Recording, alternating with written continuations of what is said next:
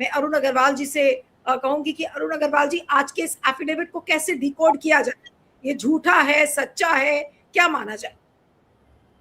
नमस्कार नीलू जी। ये ना झूठा है ना ये सच्चा है। ये बीच बीच का जो है ये जो वकीलों का जो है उसमें दिमाग लगा है। देखिए, एनडीटीवी का तो आपने वहाँ पढ़ दिया, तो एनडीटीवी तो अडानी ही जी का है। तो उसमें जो पूरी रिपोर्टिंग होगी तो कुछ ना कुछ जो सबसे जरूरी बात होगी उसको वो छुपा लेंगे। इसीलिए जो वायर में रिपोर्ट किया है उन्होंने ये कहा है शुरू में ही कि ये हलफनामा marks for the first time Adani himself has acknowledged under oath that the proposed investment was raised by his legal team during negotiation with Justice Department। ये बात आप वहां नहीं पाएंगे एनडीटीवी वाले उसमें। तो ये कह रहे हैं कि उसने अपने हलफनामा में ये भी कहा है कि पहली बार ये बात उनके लॉयरों ने जब निगोशिएट कर रहे थे जस्टिस डिपार्टमेंट से तब उन्होंने कहा। अब उनका लॉयर तो उनके बिहाफ पर कहेगा ना, लॉयर के पास $10 बिलियन तो है नहीं, वैसे अडानी के पास भी नहीं है, हिंदुस्तान का पैसा इधर उधर करके लगाएगा। तो ये जो उसने कहा, तो ये जो रिपोर्टिंग है, और इसीलिए जज ने कहा कि लिख के कहो, क्योंकि उसके लॉयर ने कमिट किया था। तो अब आप सोचिए कि अगर हमको आपको बचाना है, हमारी मिली भगत है, तो क्या हम वहां पर लिख के कहेंगे कि 10 बिलियन डॉलर वो इन्वेस्ट कर रहा था इसलिए हमने छोड़ दिया? हम तो यही कहेंगे ना, हाँ उसने ऑफर किया लेकिन हमने कहा कि हम उसको नहीं लेंगे, और लिख के भी वहां कर दिया। अब जो है under the table over the table अब तुम 10, और उन्होंने ये भी कहा कि हम ये पैसा, अगर ये केस हट जाएगा, अड़चन आ रहा है तो हमको पैसे लगाने में सुविधा होगी। तो अब जो इन्होंने जो एक तो है कि मिस रिपोर्टिंग है एनडीटीवी में, और द वायर में जो है सही रिपोर्टिंग है। दूसरी बात है कि उसके वकील ने ये माना। तीसरी बात है कि ये कह रहे हैं कि हमने पहली बार ये जो है 10 या 12 नवंबर को कही, तो ये भूल जा रहे हैं कि 5 नवंबर को तो ट्रंप का इलेक्शन का रिजल्ट आ गया था। लेकिन अगर वायर की स्टोरी देखें अरुण जी, एक छोटा सा क्लैरिफिकेशन है। आपने कहा एनडीटीवी की रिपोर्ट में ये नहीं बताया गया, उसमें तो जो बातें उनको छुपानी थी वो छुपा ले गए। लेकिन वायर की स्टोरी, प्रिया अगर आप बैक स्टेज में है, वायर की स्टोरी का आप स्क्रीनशॉट दिखाइए, क्योंकि वो बहुत इंपॉर्टेंट है। उसमें उसकी हेडलाइन ये है कि in affidavit Adani says lawyers floated 10 billion US investment during DOJ talks. और उसका जो पहला पैराग्राफ है, आपने सही कहा कि billionaire industrialist Gautam Adani admitted for the first time in a sworn affidavit submitted in a US court that his lawyers had suggested to US prosecutors that the Adani groups publicly announced plan to invest $10 billion in the United States might be part of a resolution of the criminal and civil cases against him if that was what the DOJ or the SEC wanted।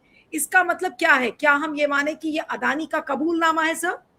नहीं, अडानी ये मानते हैं कि हमने lawyer के through ये बात कहलवाई थी। भाई लॉयर ने कहा तो इसका क्या मतलब है? आपके बिहाफ पर कहा, लॉयर तो आपका वो आदमी है। अब कल को वो डिनाई कर दे कि हमने तो ओरली कहा था या ये अपने मन से कह दिए, वो अलग बात है, ये होता है कोर्ट में। तो ये सब खाली चालाकी है। जो स्थिति है, जो उसको चाहिए था वो मिल गया। अब सवाल उठता है कि जज इसमें क्या करेंगे, है ना? ये तो अब हो गया कि अच्छा, ये दूसरा वो कारण कह रहे हैं कि ये बाइडेन के एडमिनिस्ट्रेशन में हुआ था, तब तक कंसील नहीं हुआ था। अरे तुमको तो मालूम था, तुमको तो नोटिस गई थी, तुम तो अपीयर हुए थे, तुमने फोन और वो उसको सरेंडर किया या जो जो भी है तुम पकड़ाए, तो तुमको तो मालूम था कि अब तुमको चार्ज किया जा रहा है और तुम जा रहे हो, भले उसने अनसील करके दुनिया को नहीं बताई थी।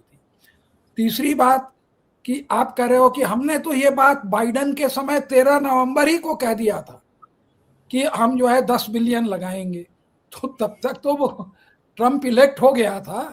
ये तो द मैटर ऑफ टाइम कि ये जो है 20, जो उनकी परंपरा है कि 20 जनवरी को वो कुर्सी पर बैठेंगे, तो आपका तो उसमें वो भी वो एक इनका तर्क नहीं बचता है।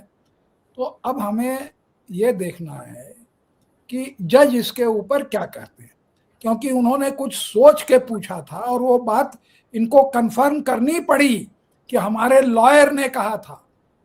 भाई अडानी को तो बैठ के जज नहीं ना पूछेंगे, वो पार्टी इन पर्सन नहीं ना है वहां पे, वो तो जो लॉयर कहेगा उसी का वो वही बार्गेनिंग करेगा, वही उसके अंदर में निगोशिएट करेगा। जब डील हो गई तब अब बचाना है तो वो क्या आप सोचते हैं डीओजी इतना बेवकूफ है कि रिकॉर्ड करेगा कि क्योंकि ये $10 बिलियन लगा रहे थे तो हमने जो है इनको छोड़ दिया।